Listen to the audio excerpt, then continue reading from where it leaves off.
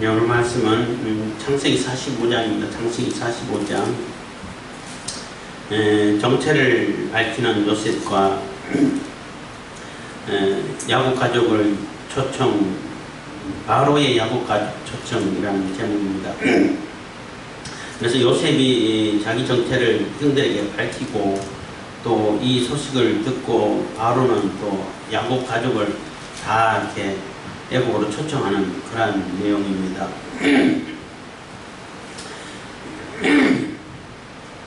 요셉이 형들에게 자꾸 이렇게 그 딴지를 건다고 해야 되나요? 요셉이 형들 입장에서는 도무지 이해할 수 없는 자기들이 감추고 싶은 일들이 자꾸 드러나게 만들어지고 다른 사람들에게는 그렇지 않은데 자기들에게는 계속 불행한 일이 자꾸 발생하게 되고 이런 일들이 우연히 발견되는 것처럼 보이지만은 결코 우연이 아닌 계획된 그러한 일인 모습으로 어쨌든 계속 이렇게 곤란한 일이 발생되고 또 절대 보호해야 되고 반드시 아버지에게로 데려가야 할 베냐민에게 그 애국 총리 은잔이 발견되고 물론 요셉이 다 이렇게 꾸몄지만은 그래서 그 과정을 통해 가지고 요셉이 알아보고 싶은 것, 요셉이 보고 싶은 그 광경이 옛날에 요셉을 뭐 좀 아버지가 편애한다고 해가지고 막 시기하고 질투하고 막 말을 함부로 험하게 하고 그냥 함부로 대하고 그래서 죽이려고 그러고 팔아버리고 이러한 일들이 아직도 있을까? 지금은 어떻게 변했을까? 아직도 그러한 상황이 있으면은 어떻게 해야 될까? 요셉이 아마 난감했을 거예요, 아마. 아직도 그러고 있으면은 그 사람들이 아니죠. 도대체 하나님 나라를 세워갈 수 있을까? 이스라엘이라는 그런 민족을 형성할 수 있을까? 이런 고민을 크게 했을 거예요, 아마. 그리고 어쨌든 간에 애국으로 불려내려서 이 대기근을 이렇게 극복해 갈 수 있는 그런 과정을 그런 환경을 만들어야 되는데 아직도 그렇게 막 서로 질투하고 시기하고 서로 자기 욕심만 채우려고 하고 그러면은 과연 애국에 불러 내려올 수 있을까? 이런 고민을 했을 거예요. 그래서 형제들의 관계를 알아보기 위해 가지고 그렇게 일을 꾸몄고 가장 그들이 소중히 가장 무슨 일이 생기면 안 될 그러한 베냐민에게 은잔을 넣어서 어떻게 반응하는가를 본 거죠. 보니까 옛날하고는 전혀 다르게 자기 목숨을 걸고 자기가 대신 종이 될 테니까 베냐민은 꼭 보내주라 이런 모습을 보고 더 이상 요셉은 자기의 정체를 이제 숨길 필요가 없는 거예요. 그리고 그 오랜만에 만나서 또 뭐 여러 가지 정말로 뭐 파노라마처럼 과거가 지나갔을 것이고 어쨌든 그 형제의 그런 끈끈한 그 우애를 볼 때 너무나 이게 감격하기도 하고 이 정을 억제하지 못해서 그 형들이 봤을 때만 해도 억제하지 못해가지고 몰래 숨어가지고 울고 얼굴 닦고 다시 오고 또 베냐민 봤을 때도 또 울고 오고 이렇게 했는데 지금은 뭐 더 이상 이게 감정을 숨길 수가 없어서 다들 나가라 하고 큰 소리로 다들 나가라 하고 이때까지는 애국말로 하는 거예요. 그리고 통역하는 너도 나가 이렇게 했을 거야 아마. 다 내보내버리고 그리고 막 이제 그 형들에게 내가 요셉입니다 한마디 하고 막 대성통곡을 하는 것 같아요. 그래서 이제 드디어 이제 형들이 요셉이라는 것을 알게 되고 서로 이렇게 처음에는 쭈뼛쭈뼛 하다가 서로 이제 목을 안고 울고 한바탕 울고 나니까 감정이 이렇게 어느 정도 조절이 되니까 서로 얘기하게 되고 또 이 소식이 또 바로에게 들려지니까 바로도 굉장히 기뻐하고 그동안 진짜 종 출신인 줄 알았는데 노예 출신인 줄만 알았는데 요셉에게 형들이 있고 또 부족장이고 그리고 요셉의 신분이 그 나름대로 규모가 좀 작아서 그렇지 왕자잖아요. 어쨌든 간에 왕자잖아. 그러니까 이 신분에 대한 그런 불안한 심정, 그것을 해소할 수 있었고, 또 신하들도 처음에는 요셉에게 다 맡겨가지고 요셉에게 책임을 지우고 희생양 삼아 일이 잘못되면은 요셉만 희생양으로 삼아가지고 정리를 해버리면은 자기들에게는 정치적인 데미지, 정치적인 그런 타격을 안 입을 거니까, 입지 않을 거니까 요셉에게 다 득점해가지고 하게끔 했는데, 요셉이 말한 대로, 꿈 해석한 대로 그대로 실행되는 걸 보고 얼마나 놀랬겠어요. 그 애국 왕 바로는 그것으로 인해가지고 흉년이 드는 걸 보고, 7년 후에 8년째 흉년이 드는 걸 보고 완전히 요셉을 뭐 믿을 수밖에 없고, 요셉에게 다 맡기고 뭐든지 뭐 요셉이 하라고 한 대로 하자고 한 대로 뭐든지 다 해줄 수 있고 또 맡길 수 있는 이런 신뢰감을 쌓은 거죠. 그렇지만은 이게 신분에 관한 그 깨림직한 것을 이제 떨치지 못했는데, 사실 알고 보니까 요셉이 부족자 아들이야. 그러니까 얼마나 기쁘고, 신하들도 오 이제는 뭐 요셉을 안 그래도 인정할 수밖에 없는 상황이었는데, 신분조차도 이제는 노예 출신이 아니다는 것을 알게 되니까 자기들이 충분히 이렇게 존경하고 따를 수 있는 그런 상태가 됐다는 겁니다. 그래서 다 기뻐한 것이다 라고 이렇게 추론을 해볼 수 있는 겁니다. 45장 1절입니다. 요셉이 시종하는 자들 앞에서 그 정을 억제하지 못하여 소리질러 모든 사람을 자기에게서 물러가라 하고 그 형제에게 자기를 알리니 때에 그와 함께 한 자가 없었더라. 그래서 다 물러가게 하고, 그 세세하게 내가 누구 어떻게 해가지고 어떤 요셉이 이런 말을 못하죠. 막 감정이 막 북받쳐 오르는데, 내가 요셉입니다, 내가 요셉입니다 이러면 한마디나 두마디 하고 뭐 대성통곡하고 울었겠죠. 이제 마음 놓고 우는 거예요. 이제 요셉이 방송되고 가니 그렇게 큰 소리로 울었다는 얘기인 겁니다. 아예 터놓고 울었다는 얘기인 거예요. 엄청나게 큰 소리로 울었다는 겁니다. 애국 사람들에게 들리니 바로의 궁정에 들리더라. 그래서 애국 사람들이 다 들렸는데 이 소리가 바로의 궁정까지 들렸다는 얘기는, 그 요셉 소리가 너무 커서 그까지 소리가 들렸다는 얘기가 아니고, 아무리 커도 뭐 궁전이 뭐 적은 것도 아니고 어마어마하게 크고, 총리 관저가 궁전 안에 바로의 침실 옆에 있다 하더라도 바로 들리기는 어렵겠죠. 그러니까 소문이 거기까지 들렸다는 얘기예요. 애국 사람들이 듣고 그 소문을 이렇게 전해줘서 그 소문이 바로의 궁정에게 들렸다는 것입니다. 3절, 요셉이 그 형들에게 이르되 나는 요셉이라 내 아버지께서 아직 살아계시니까 형들이 그 앞에서 놀라서 능히 대답하지 못하는지라. 그래서 내가 바로 요셉입니다 하고, 이제 그전에는 뭔가를 정보를 얻기 위해 가지고 이렇게 질문하는 것처럼 보였겠지만은, 지금부터는 이제 다 히브리 말로 하는 거예요. 내가 요셉입니다 하는 것, 그때부터 이제 다 히브리 말로 하는 거예요. 형들이 알았죠. 그러니까 형들은 굉장히 멍했겠죠. 이게 뭔 상황이야? 지금 꿈꾸는 거야? 이런 그 상황 파악이 아직 안 되는 상황이라고 볼 수 있는 거예요. 그래서 이제는 진짜 이렇게 궁금하고, 내가 이렇게 그 요셉이라는 것을 밝혔기 때문에 이제 진짜 그 아버지에 대한 염려 걱정을 섞은 그런 질문을 하는 겁니다. 내 아버지께서 아직 살아계시니까 형들이 그 앞에서 놀라서 능히 대답하지 못하는지라. 그러니까 형들은 너무나 놀랍죠. 4절, 요셉이 형들에게 이르되 내게로 가까이 오소서. 그들이 가까이 가니 가로되 나는 당신들의 아우 요셉이니 당신들이 애굽의 판자라. 그래서 왜 그냥 요셉입니다 라고만 하지 왜 또 과거 일을 덜쳐내냐는 거예요. 애굽의 판 요셉입니다 한 얘기는, 이거는 형들과 요셉밖에 모르는 일이잖아요. 진짜 내가 요셉이라는 것을 확인시켜 주는 거라고 볼 수 있는 거예요. 물론 그 과거 일을 파내가지고 안 그래도 양심이 찔리고 있는데 더 양심을 아픈데 더 아프게 하라고 이렇게 밝히는 것이 아니라, 진짜 내가 당신들이 팔아버렸던 당신들이 아우 그 요셉이 확실하게 맞다는 것을 이게 확인시켜 주는 거죠.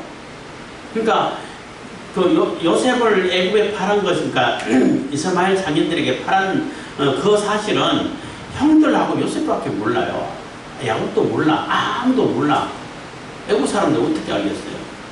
그렇기 때문에 내가 그 당신들이 팔았던 그 요셉이 맞다라는 것을 확인시켜 주는 거죠. 형들도 진짜 맞네 이렇게 되는 거죠.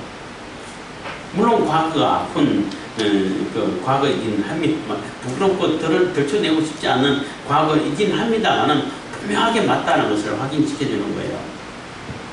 오늘 당신들이 나를 이곳에 팔았으므로 근심하지 마소서, 한탄하지 마소서. 하나님이 생명을 구원하시려고 나를 당신들 앞서 보내셨나이다. 그래서 당신들이 나를 애굽에 판 그 요셉이 맞다는 확실하게 얘기해주고, 그것 때문에 얼마나 괴로워하고 또 두려워하고 속쓰리하고 있다는 것을 알잖아요. 그러니까 바로 얘기를 하는 거예요. 절대 걱정하지 마라. 당신들이 나를 애굽에 팔았다는 그 이유로 염려하거나 걱정하지 마라, 두려워하지 말아라. 그것 때문에 보고하지 않을 거다. 라는 것을 이렇게 바로 이렇게 짚어주는 거예요. 그래서 나를 이곳에 팔았으므로 근심하지 마소서, 한탄하지 마소서.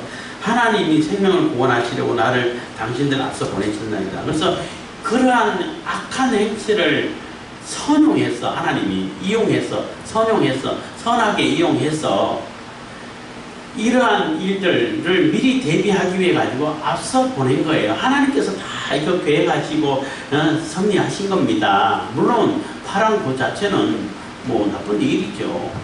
그렇기 때문에 염려하지 말고 한탄하지 말라는 겁니다. 그렇지만은 그 일이 이렇게 하나님의 계획 속에 들어있어서 하나님께서 이렇게 나를 쓰시려고 이렇게 보내주셨기 때문에 다 하나님께서 하신 일입니다. 그 일로 인해 가지고 더 이상 고민하지 마십시오. 염려하지 마십시오. 하고 이제 안심을 지켜주는 거예요. 물론 형들이 그 요셉의 꿈을 이해하고 요셉을 하나님께서 쓰시려는가 보다 하고 처음부터 서로 우애가 있고 안 팔았으면은 그래도 요셉은 총리 됐을 거예요. 아마 하나님께서는 다른 길이 얼마든지 있으니까 해석하고 애굽에서 해석할 자가 없으면은 두루두루 수소문하다가 요셉 찾을 수도 있고 다른 방법은 충분히 많이 있어요. 그런데 그 형들이 악한 일을 저질렀는데 그 악한 일을 악한 상태로 그대로 버려둔 것이 아니라 하나님은 그것을 활용해 가지고 그것을 이용해서, 그래서 악을 선용하시는 하나님이라는 표현을 많이 쓰잖아요. 그것을 활용해 가지고 애굽의 총리로 이미 훈련시키고 세우셨다는 겁니다. 하나님께서 그것을 잘 계획하셔서 섭리하셔서 이렇게 미리 보내셨다는, 그러니까 하나님께서 앞서 보내시려고 형들을 쓰신 겁니다. 이렇게 위로를 하는 거죠. 6절입니다. 이 땅에 2년 동안 흉년이 들었으나 아직 5년은 기름도 못하고 추수도 못할지라. 그래서 2년 동안 흉년 들어도 이렇게 지금 먹을 거 없어가지고 죽은 것 같았는데 앞으로 5년 더 남았습니다. 5년 동안 이런 상태로 있으면은 다 부족이 다 죽고 해체되고 할 수밖에 없는 상태가 된다는 거죠. 7절입니다. 하나님이 이 큰 구원으로 당신들의 생명을 보존하고 당신들의 후손을 세상에 두시려고 나를 당신들 앞서 보내셨나니. 그래서 하나님께서 이것을 다 계획하셨다는 거예요. 그래서 이 큰 구원이라는 얘기는 하나님께서 베푸시는 구원이 되는 것이고, 규모로 볼 때도 단지 그 야곱의 그 부족만 구원하려고 계획하신 게 아니라는 거죠. 애굽에 전체에 있는 애굽 사람들 다 살리고 그 주변에 있는 중동에 있는, 그리고 근동이라 했습니다. 이스라엘 그 중에 가나안 땅에 있는 그러한 부족들도 다 살린 거예요. 하나님께서 이렇게 큰 구원을 베푸셨고, 이 큰 구원은 이렇게 암시하는 것이 하나님 예수님을 보내셔가지고 우리를 인류를 죄에서 구하는 그 큰 구원을 상징하기도 하고 암시한다라고도 볼 수 있어요. 당신들의 생명을 보존하고, 그래서 생명을 보존하고 우리에게 영생을 주시기 위해서 당신들의 후손을 세상에 두시려고, 그래서 당신들의 후손을 세상에 두시려고 하는 것은 당신들의 후손을 남은 자로도 이렇게 해석이 돼요. 그러니까 남은 자 사상이 있잖아요. 항상 하나님께서는 다시 하나님의 백성을 세우시기 위해서 항상 남겨두는 그 백성들이 있어요. 그러니까 남은 자 사상이 여기서도 엿볼 수 있는데, 그래서 후손을 남겨가지고 영원히 하나님 나라의 백성이 되게끔 하시기 위해 가지고 이런 큰 일을 계획하셨다는 것입니다. 그래서 거기에 요셉 자신을 그 형들 앞서 보내가지고 미리 준비하게 하셨다는 겁니다. 나를 당신들 앞서 보내셨나니 8절 그런즉 나를 이리로 보낸 자는 당신들이 아니요 하나님이시라. 하나님이 나로 바로의 아비를 삼으시며 그 온 집의 주를 삼으시며 애굽 온 땅의 치리자를 삼으셨나이다. 그래서 나를 애굽에 이렇게 보낸 것은 사실은 하나님께서 계획하셨다는 거예요. 어떤 방법으로든 간에 하나님께서는 애굽에 요셉을 보냈을 거라는 거죠. 근데 형들이 거기에 사용되어졌는데 좀 나쁘게 사용되어진 거죠. 형들이 그 악한 마음을 그냥 버려두지 않고 그걸 통해 가지고 하나님께서는 그 요셉을 보냈다는 거죠. 요셉 그렇다고 해가지고 형들이 악한 마음을 먹은 것이 잘했다는 얘기는 아니에요. 악한 마음 안 먹어도 요셉은 애굽에 가게 돼 있어요. 하나님께서 분명히 다른 방법을 통해서라도 보냈을 거예요, 아마.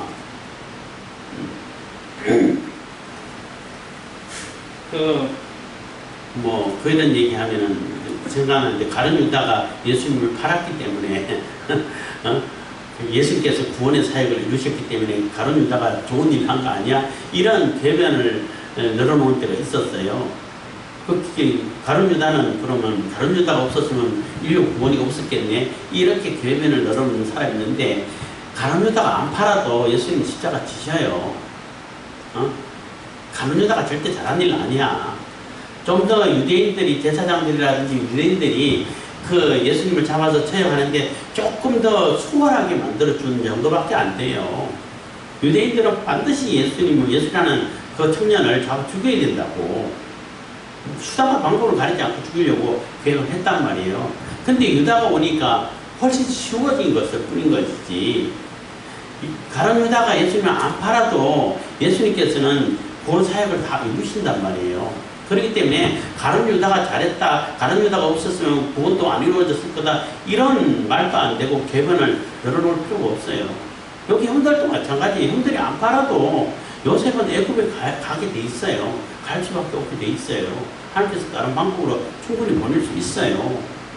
그렇기 때문에 요셉을 죽이려고 하다 파는 것이 잘한 일이 아니야, 절대로.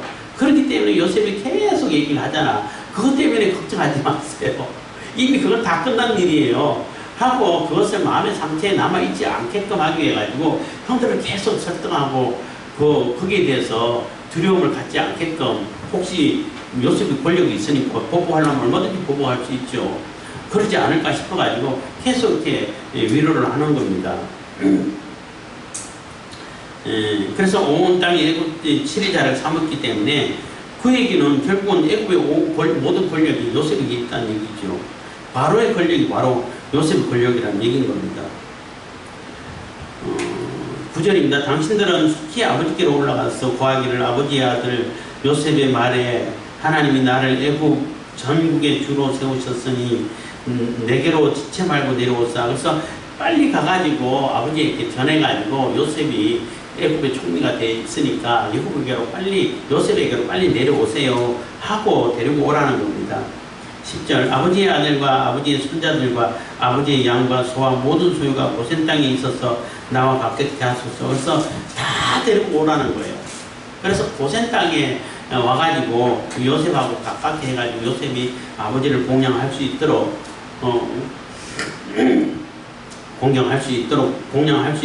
이제 다 이렇게 해주십시오 하는 거예요. 근데 왜 고센 땅을 택했나 하면, 고센 땅이 애굽의 제일 왼쪽 끝에 있어요.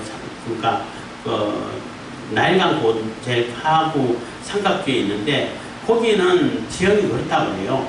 이게 초원지를 들여가지고 풀은 많은데 곡식을 질 만한, 그러니까 농사를 짓는 애굽 사람들은 목축을 안 한단 말이에요. 목축하지 않는 애굽 사람들한테는 그거는 별로 그냥 메리트가 있는 땅이 아니라는 거죠.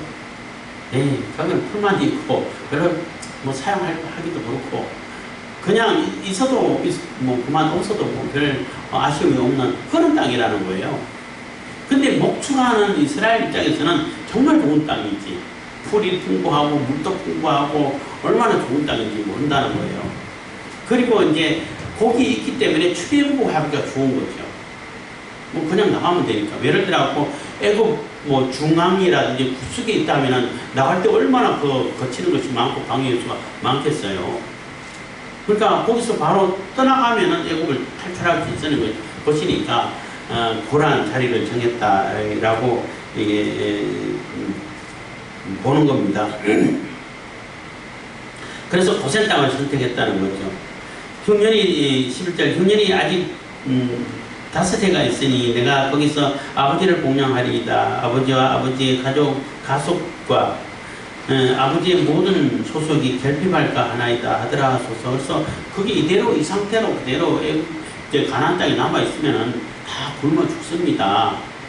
결핍합니다. 물론 양식을 사러 내려오면 되겠지만은 그것보다는 내려오세요 하는 것입니다. 당신들의 눈과 내 아우 베냐민의 눈이 보는 바 당신들에게 이 말을 하는 것은 내 입이라. 그래서 지금 당신들이 보고 있지 않냐? 이거 꿈 아니다. 내 아우 그 베냐민의 눈이 나를 보고 있지 않냐? 내가 말하는 거 이거 현실이다 하는 얘기인 거예요. 나 진짜 요셉 맞아요 하는 것을 다시 아버지에게 두고 있는 거죠. 13절 당신들은 나의 애굽에서의 영화와 당신들의 본 모든 것을 다 내 아버지께 구하고 속히 모시고 내려오소서. 그래서 다 아버지께 보고를 하고 속히 아버지를 모시고 내려오세요. 14절 자기 아우 베냐민의 목을 안고 오니. 그래서 다 얘기를 하고 베냐민을 다시 안고 그냥 또 울었다는 겁니다. 베냐민도 요셉의 목을 안고 오니. 그러니까 베냐민은 요셉을 처음 보는 거라고 볼 수 있는 거죠. 베냐민이 그러니까 요셉이 팔려갈 때에는 베냐민이 갓난아기라고 볼 수 있어요. 갓난아기나 뭐 아니면 3살, 4살 요 정도, 뭐 커봐야 5살 이 정도 됐을 텐데 그때 뭐 기억이 있겠어요? 없지. 그렇잖아요. 그러니까 형을 처음 만나서 그냥 멍멍 운다는 거죠. 그리고 얼마나 또 서러워요. 왜냐면은 자기들이 하지도 않았는데 훔치지도 않았는데 막 뒤집어 씌워가지고 잡아 쳐넣는다 그러고 종으로 잡는다 그러니까 얼마나 무서웠어요. 그러니까 이제는 이제 그게 아니었구나 하고 안심하고 그냥 엉엉 우는 거죠. 그동안 얼마나 무서웠어요. 이제 종 되나 보다. 그리고 또 애국 총리는 관리는 딴 사람 절대 아니고 자기를 종으로 삼겠다 그러고 딴 사람 다 보내준다는데 혼자 잡는다 그러니까 또 얼마나 무서웠어요. 그래서 우는 거죠. 15절 요셉이 또 형들과 입맞추며 안고 우니 형들이 그제야 요셉과 말하니라. 그래서 베냐민하고 울고 또 형들하고 다 인사하면서 입맞춘다는 얘기는 인사인 거예요. 반가운 사람은 인사할 때 인사 그냥 우리나라 같은 거 악수한다는 얘기도 될 수 있는데 그렇게 한 사람 한 사람 또 만나서 같이 반갑게 인사하고 그러니까 그때서야 형들이 이게 현실인가 보다 진짜 요셉이 많네 하고 이제 만나기 시작했다는 거예요. 그전에는 야 이거 뭐야 이거 도대체 상황이 어떻게 되는 거지? 꿈이야 생시야 이 상황이 뭐 어떻게 되는지 도무지 정리가 안 된다 이런 상황으로 이렇게 생각하고 있었을 거예요 형들은. 근데 요셉이 누누이 얘기하고 절대 날 팔았다고 걱정하지 말아라. 염려하지 마라. 두려워하지 마라. 그러니까 요셉 형들 입장에서는 얼마나 두렵겠어요. 얼마나 무섭겠냐는 거죠. 아니 그냥 총리가 자기에게 뒤집어 씌울 때도 그것도 두렵고 무섭고 이 상황을 어떻게 해결해 갈까 했는데 갑자기 자기가 요셉이래. 애굽이네. 히브리 말하면서. 근데 요셉이 자기들이 팔았던 그 요셉이래. 팔았던 그 일이 얼마나 나쁜 일인데 요셉이 살려달라고 애고를 할 때도 듣지도 않고 무시를 해버리고 그냥 죽이려고 하다 팔았는데 그거 다 아는데 그거 보고 하면 어떡해. 얼마나 두려웠겠냐는 거죠. 그래서 계속 요셉이 걱정하지 마세요. 하나님이 보내신 것입니다. 이거 다 하나님이 계획 안에 있던 겁니다 하고 계속 얘기를 해주는 거예요. 그래서 이제 약간 안심이 된 거지.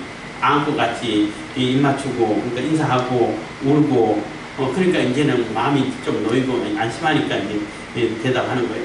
그리고 요셉 형들이 그 두려운 마음이 계속 가지고 있었어요.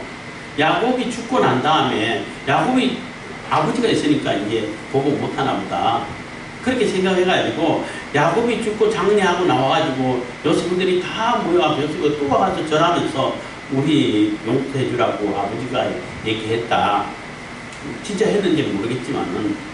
그러니까 요셉이 또 물어. 절대 걱정하지 마세요. 다 내가 봉양할 거라고. 요셉 또 부자죠. 아마 여기 뭐 그냥 추론일 뿐입니다만은 그 요셉이 그 곡식을 준비해가지고 다 팔고 재산 다 바로의 재산이 됐잖아요. 바로가 다 주인이 됐을 때 요셉은 아무것도 안 가졌을까? 적어도 20%는 받았겠죠. 그렇잖아요. 나머지는 다 뭐 바로 거라 할지라도 물론 국정 운영하느라고 한 50% 쓴다. 그리고 나머지 30%는 바로에게 다 가고 20%는 요셉이 가져갔겠죠. 그러니까 요셉도 어마어마한 부자고 권력이 엄청 큰 권력으로 재산도 가지고 있다라고 보면 되는 거예요. 그래서 다 공양하고 다 이렇게 그들을 이렇게 공개할 수 있게 된다는 거죠. 된다는 겁니다. 16절 요셉의 형들이 왔다는 소문이 바로의 궁에 들림에 바로와 그 신복들이 기뻐하고 그래서 바로와 그 신복들이 요셉의 형들이 왔다는 소식가 그렇게 기쁜 거예요. 노예인 줄만 알았는데 노예 출신인 줄만 알았는데 노예 출신이 아니고 노예 출신이라서 노예 출신이 아주 똑똑하고 정말로 이게 뛰어난 통찰력을 가지고 있어가지고 이렇게 됐나 하고 깨름직한 것이 있었는데 형들이 왔다니까 노예 출신 아니네. 부족장의 아들이네. 이렇게 대해서 기뻐했다. 뭐 그렇게 추론해 볼 수 있는 겁니다.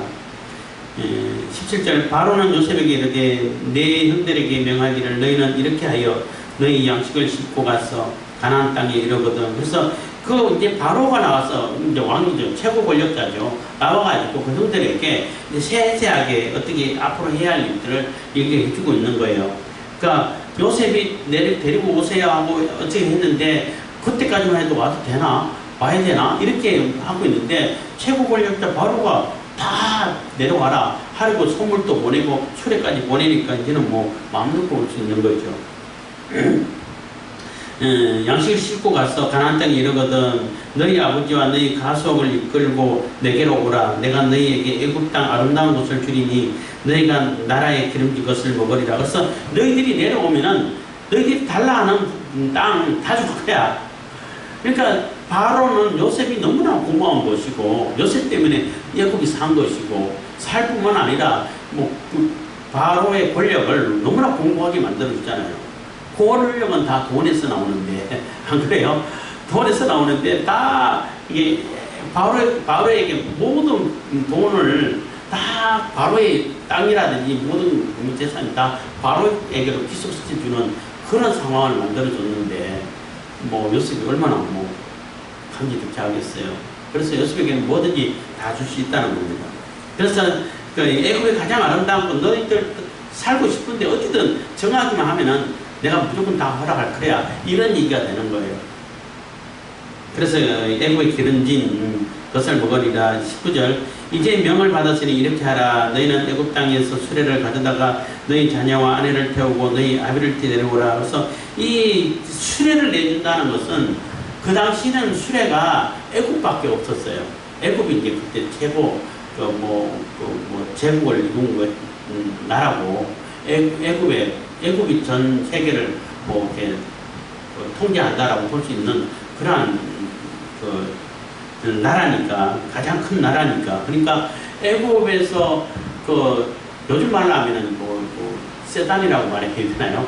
그 왕들이 대통령 지도자들이 타고 다니는 그러한 승용차라고 말할 수 있고 방탄차 뭐 이런 거라고 말할 수 있는데 애굽의 최고 고위관리 그러니까 총리급이 돼야 이렇게 수레를 탈 수 있는 거란 말이에요. 그러니까 바로가 수레 다 내준다는 거죠. 내줘가지고 가족들 다 태워서 와라 하는 얘기가 되는 겁니다. 그래서 이제 뭐 야곱이 아들들 말 안 믿다가 수레를 보니까 저거는 애굽의 총리 정도가 돼야 탈 할 수 있는 수레인데 그 수레가 눈앞에 있으니까 믿을 수 있다라고 된 거죠. 20절 또 너희의 기부를 아끼지 말라. 온 애굽 땅에 좋은 것이 너희 것임이니라 하라. 그래서 이게 가나안 땅에서 애굽으로 이렇게 이주해 올 때에 이거 아까운데 이거 아까워서 못 가져가, 이거 이 땅 귀한데, 그렇게 아쉬워하지 말라는 거예요. 웬만한 건 다 버리고 와도 괜찮다는 거예요. 다 버리고 그냥 내버려 두고 와도 애굽에서 다 줄 테니까, 뭐 집 져달라고 집 져주고 뭐 이렇게 뭐 달라면 다 줄 테니까 너희들 올 수 있는 그러한 제일 몸을 가볍게 해서 오라는 얘기예요. 그렇게 와도 다 채워줄 테니까, 애굽에 좋은 것들이 많이 있으니까 절대 가나안 땅에 있던 그 기구들, 해놨던 그런 것들 아까워하지 말라는 거예요. 그냥 다 버려도 얼마든지 그보다 더 좋은 거 채워줄 수 있으니까 그냥 오기만 하라는 거예요. 그래도 가져올 건 다 가져와야 되겠지만. 그래서 또 너희의 기구를 아끼지 말라. 온 애굽 땅이 좋은 것이 너희 것임이니라. 21절 이스라엘 아들들이 그대로 할세. 요셉이 바로의 명대로 그들에게 수레를 주고 길 양식을 주며 수레도 주고 길 양식도 주고 가다가 먹을 것도 주고, 또 그들에게 다 각기 옷 한 벌씩 주되 베냐민에게는 은 300과 옷 5벌을 주고, 베냐민에게 특별하게 더 많이 준 거예요. 은 300도 주고 옷도 5벌도 주고, 근데도 한 벌밖에 안 줬는데. 23절 그가 또 이와 같이 그 아비에게 보내되 순하기 10필에 애굽의 아름다운 물품을 실리고, 암나기 10필에는 아비에게 길에서 공개할 곡식과 떡과 양식을 실리고. 그래서 야곱이 요셉 애굽의 총리에게 갈 때 선물을 보냈잖아요. 그러니까 요셉도 또 선물을 보내는 거예요.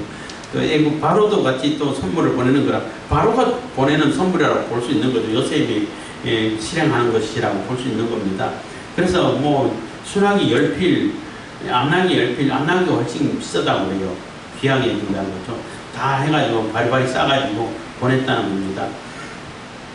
보내면서 24절 이에 형들을 돌려보내며 그들에게 이르되 당신들은 노중에서 다투지 말라 하였더라. 이 얘기가 굉장히 뼈가 있는 얘기죠. 그러니까 형들에게는 옷 한 벌씩밖에 안 줬는데 베냐민에게 엄청 5벌이나 주고 언산도까지 줬잖아요. 그럼 왜 나는 한 벌만 주고 쟤는 저렇게 줘? 이렇게 질투하지 말고 옛날처럼 싸우지 말라는 거예요. 내가 베냐민에게 5벌을 주든 10벌을 주든 그거는 형들이 관여할 일이 아니라는 거죠. 내가 주는 건데. 마찬가지로 아버지가 요셉을 좀 편애했다 하더라도, 아니면 베냐민을 좀 편애했다 하더라도 그거 가지고 슬퍼하지 말라는 거예요. 그거 가지고 다툼거리로 삼지 말라는 거예요. 그렇잖아요. 이것도 말하면 편하죠. 뭐 물론 자기 어머니의 아들 해가지고 자기 친동생이라 해가지고 그렇게 많이 주면은 다른 형제들이 섭섭해야 한다라고 볼 수 있는데, 그런 거 따지지 말라는 거예요. 내가 주고 싶으면 이렇게 줄 수 있는 거죠. 하나님이 우리에게도 각 사람 대하실 때에 똑같지가 않아요. 그러니까 하나님의 사랑은 똑같은데, 그러니까 주는 이렇게 은혜를 베푸는 거는 달라요. 10달란트, 그러니까 5달란트 주는 사람이 있는가 하면은 1달란트 주는 사람도 있어요. 왜 다르게 할까? 그 차별해서 다른가? 그렇지 않아요. 1달란트 가진 사람은 1달란트도 감당 못하고 땅이 묻었는데 5달란트 주면은 감당 되겠어요? 감당 못하니까 안 주는 거예요. 5달란트 받은 사람은 감당할 수 있는 능력이 있고 있으니까, 감당할 수 있으니까 주는 거예요. 그래서 겉으로 볼 때는 다 차별이 있는 것처럼 보이지만은 하나님 사랑은 다 똑같아요. 물론 요셉이 형들을 사랑하는 것하고 베냐민 사랑하는 것하고 마음은 감정적으로 좀 다르겠죠. 아무래도 다르겠지만은 어쨌든 간에 사랑하는 거는 똑같다는 거예요. 요셉의 입장 얘기는 내가 베냐민을 5벌 주고 산도까지 줬지만은 그래도 똑같이 형제로 생각하고 사랑하니까 길 가다가 다투지 마세요. 이 얘기가 되는 겁니다. 25절 그들이 애굽에서 올라와 가나안 땅으로 들어가서 아비 야곱에게 이르러 고하여 가로되 26절 고하여 가로되 요셉이 지금까지 살아있어 애굽 땅 총리가 되었더이다. 야곱이 그들을 믿지 아니함으로 기색하더니 그래서 요셉이 그러니까 아들들이 다 올라와가지고 아버지 얼마나 반갑고 급했겠어요. 근데요 요셉이 죽은 줄 알았던 요셉이 애굽 땅에서 총리가 돼 있어요. 하니까 야곱이 쟤들 뭔 소리를 하는 거야. 나 또 속이는 거지. 그래서 아주 그냥 그 냉정한 모습이라는 거예요. 기색이란 말이 뭐 기절하다는 뭐 그런 뜻이기도 한데 그래서 번역을 너무 잘못했다 이렇게 비판하기도 하는데 너무 그러니까 어안이벙벙하다라는 그러한 의미로 받아들이면 될 것 같아요. 너무나 뭐 도대체 쟤들이 무슨 얘기하는 거야. 죽은 요셉이 왜 총리가 돼? 또 쟤네들이 나 또 속이려고 하는 게 아니야? 또 거짓말 해가지고 어줍지 않게 그냥 날 위로한다 치고 요셉이 살아있더라 이렇게 얘기하는 거 아니야? 이렇게 못 믿었다는 얘기예요. 아주 그냥 그 반응이 냉랭하다는 얘기인 겁니다. 그렇게 냉랭했는데 27절 그들이 또 요셉이 자기들에게 부탁한 모든 말로 그 아비에게 고하며 그래서 다 요셉 얘기를 세세하게 얘기한 거야. 사실 이렇게 돼가지고 베냐민 데려오라 한 것도 요셉이기 때문에 그랬고 해서 다 얘기를 한 거죠.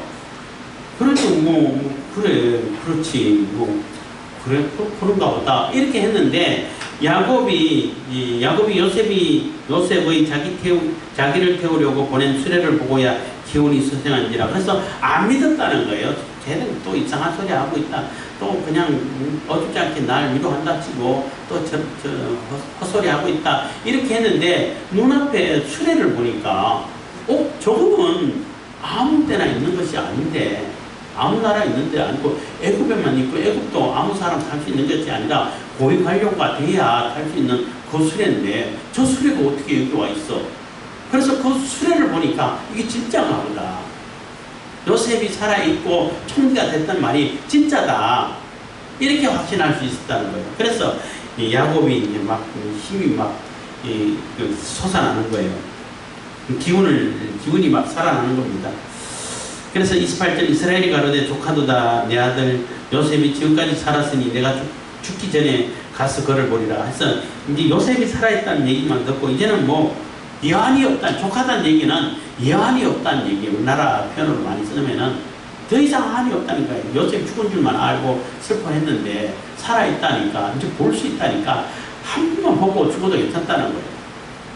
그래서 빨리 가서 요셉을 보겠다 라고 이제 그 힘을 내서 일어나서 이제 애굽에 갈 채비를 하게 되고 또 애굽으로 내려가려고 할 때에 그 하나님께 희생을 드리고 또 하나님께 나타나고 애굽에 내려가는 거 두려워하지 말아라 이렇게 하나님의 허락을 받고 내려가요. 만약에 하나님께서 허락하지 않으셨다면은 애굽에 가지고 요셉 보고 다시 올라왔을 거예요 아마. 그러니까 아브라함이나 이삭은 그 기근이 들었을 때 하나님께 여쭤보지도 않고 하나님 뜻을 살펴보지도 않고 바로 그냥 애굽으로 가버리고 애굽으로 가지 말라니까 그날로 가버리고 이렇게 했잖아요. 근데 야곱은 안 거예요. 야곱의 신앙이 훨씬 더 이렇게 성숙되어 있다는 걸 볼 수 있는 거예요. 그래서 요셉을 통해서 이스라엘의 하나님 나라를 세우는 기초를 세워가고 그 기초가 될 수 있도록 모든 것을 준비해 주시고 승리하시는 것을 보고 또 예수님을 통해 가지고 요셉은 또 예수님을 상징하는 그림자이기도 하니까 예수님을 통해 가지고 우리를 보내주시고 하나님 나라를 세우기까지 하나님께서 다 계획하시고 섭리하셨다는 것을 우리가 이렇게 요셉을 통해서 알 수 있다는 것입니다. 기도하겠습니다. 사랑해 주님 감사합니다.